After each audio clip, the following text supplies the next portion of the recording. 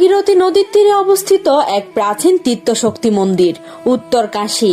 বাইরে থেকে হয়তো খুব সাধারণ মন্দির মনে হতে পারে, কিন্তু ভেতরে প্রবেশ করলে আপনি অনুভব করবেন অদ্ভুত শক্তির অনুভূতি। মন্দিরের একদম কেন্দ্রে দাঁড়িয়ে আছে 6 মিটার উচ্চতার একটি বিশাল ত্রিশূল। এটি মা দুর্গার সেই ত্রিশূল, যে ত্রিশূল দিয়ে বধ করেছিলেন মহিষাসুরকে, যাকে স্থানীয়রা মা দুর্গার ত্রিশূল বলেই মানে।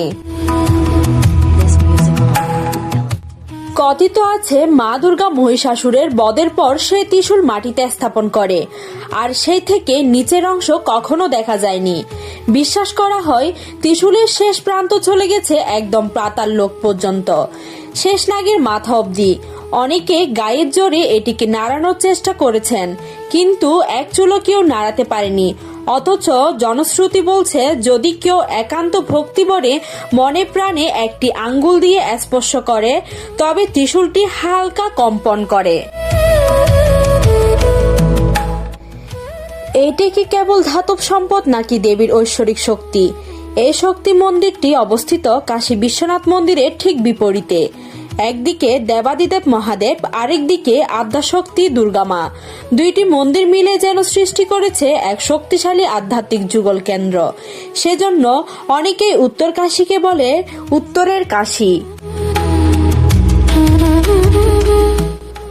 ঐতিহাসিকভাবে মনে করা হয় এই তীর্থস্থানের উৎপত্তি প্রারম্ভিক মধ্যযুগীয় সময়, অর্থাৎ এখানে মিশে আছে পৌরাণিক কাহিনী ও প্রাচীন ঐতিহ্যের বাস্তব নিদর্শন। ত্রিশূলটি ধাতব নির্মিত ও বহু শতাব্দী ধরে প্রাকৃতিক পরিবেশে দাঁড়িয়ে থেকেও আজও অটুট। Parna Chowdhury, news desk, Hindus news.